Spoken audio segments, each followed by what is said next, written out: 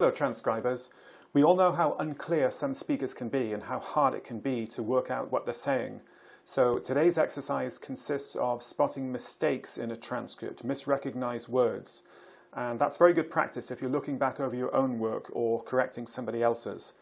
Sometimes when you're looking at a transcript, you'll see words that have obviously been misrecognized. And sometimes you'll know instantly what the correct words should be. But at other times you'll have to listen to the recording to work out what the correct words are. So today's exercise will give you practice in both of those things. Please like and subscribe and hit the bell for notifications of future transcription exercises.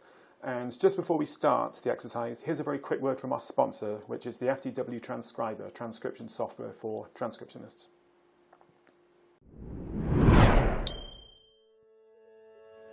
The FTW Transcriber's automatic timestamps save loads of time, but they always start from zero because they get their timing from the audio or video file you're playing. So, what if a client wants you to use on-screen timestamps that don't start at zero? Won't all the automatic timestamps be wrong? No, because with the FTW Transcriber you can set your timestamps to start at any figure, even a negative one. Big time saver.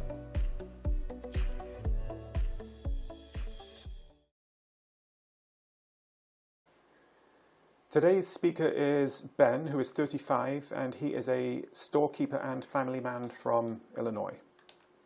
So on the next screen, I'm going to show you a sentence that contains a misrecognized word or phrase. The correct word or phrase is something that looks and sounds quite similar, but they have made a mistake. So try and spot where the misrecognized words are. Here we go. The progress bar tells you at the top how long you've got, but I'll give you longer the first time. So that sentence contains a misrecognized word or phrase.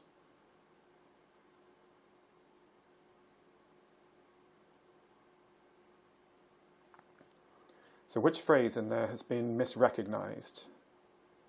I will now highlight the misrecognized phrase. It's that. So what should the correct phrase be? It's something that sounds fairly similar to that. I'll now play you the audio for that sentence. Listen to what the correct phrase should be. The shop may look small, but to all intents and purposes, it's the place that keeps our family afloat and our community connected. Right, did you hear what it should be? I'll now show you what the correct phrase should be. The shop may look small, but to all intents and purposes, it's the place that keeps our family afloat and our community connected. A lot of people seem to think that the correct phrase should be to all intensive purposes. You can hear people saying that sometimes, but it should be to all intents and purposes. Okay, here's number 2. Spot the mistake.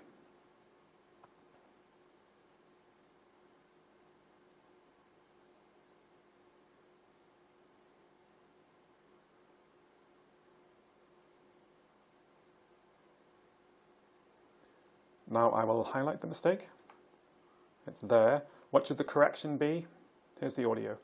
I know it's a dog-eat-dog world, but I hope the shop teaches my kids that fairness and respect still count for something.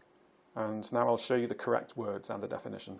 I know it's a dog-eat-dog world, but I hope the shop teaches my kids that fairness and respect still count for something. Okay, number 3. Where's the mistake in this sentence?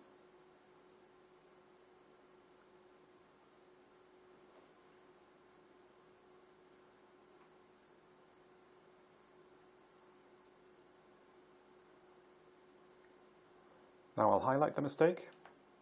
It's there. What should the correction be? I'll play the audio now. On a Saturday in summer, I fire up the barbecue. The smell of meat cooking outdoors really whets my appetite. And here's the correction. On a Saturday in summer, I fire up the barbecue. The smell of meat cooking outdoors really whets my appetite. Okay, number 4.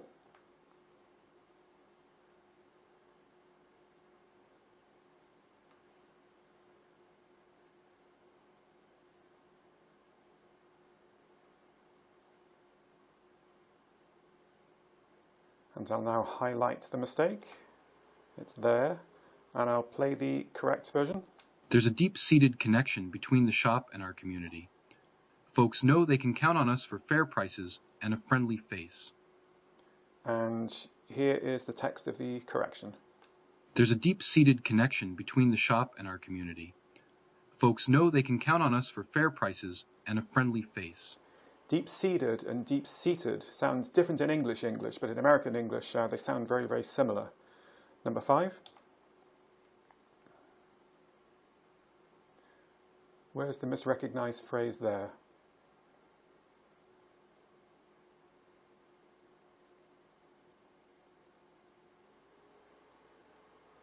Here's the highlight, and here is the audio. The shop's back room feels like a treasure trove.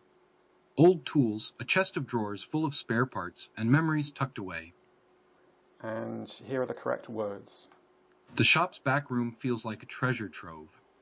Old tools, a chest of drawers full of spare parts, and memories tucked away. People don't always say chest of drawers. If you're saying it quickly, it does sound like chest of drawers. Okay, number 6. Where's the mistake there?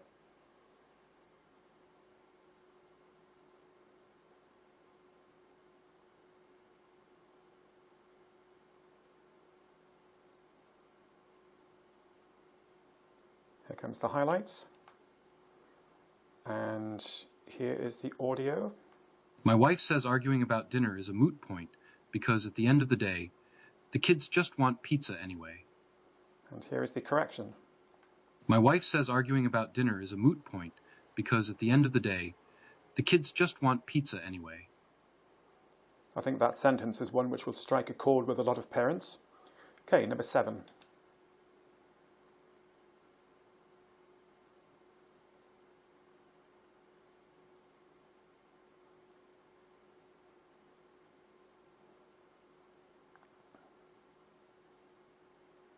Here's the highlight, and here's the audio.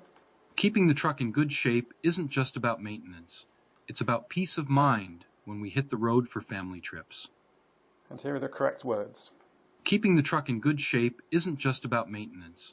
It's about peace of mind when we hit the road for family trips. Here's number 8. Where are the misrecognized words there?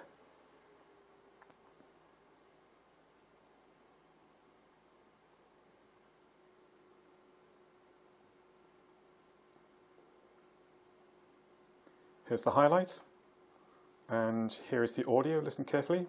I told my neighbor there's a statute of limitations on borrowing my ladder. 2 months is pushing it. And here are the correct words. I told my neighbor there's a statute of limitations on borrowing my ladder. 2 months is pushing it. Okay, number 9.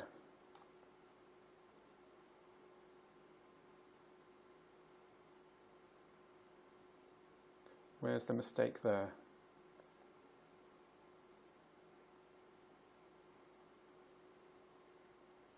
Here's the highlights. And what should the correct words be? Here's the audio. The shop hosts a fundraiser every year for Alzheimer's disease research. You never know whose family might need help next. And here are the correct words. The shop hosts a fundraiser every year for Alzheimer's disease research. You never know whose family might need help next. And lastly, number 10.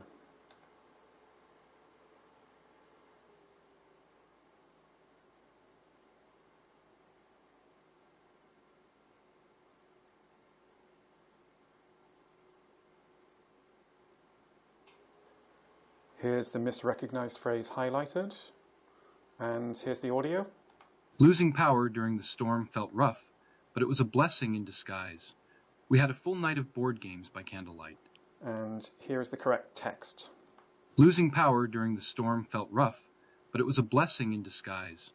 We had a full night of board games by candlelight. And we are done. There, how was that? I hope you found that helpful. Please like and subscribe and hit the bell for notifications of future transcription exercises. And please tell your friends and colleagues if you found it useful. And I will see you with the next one. Thank you very much.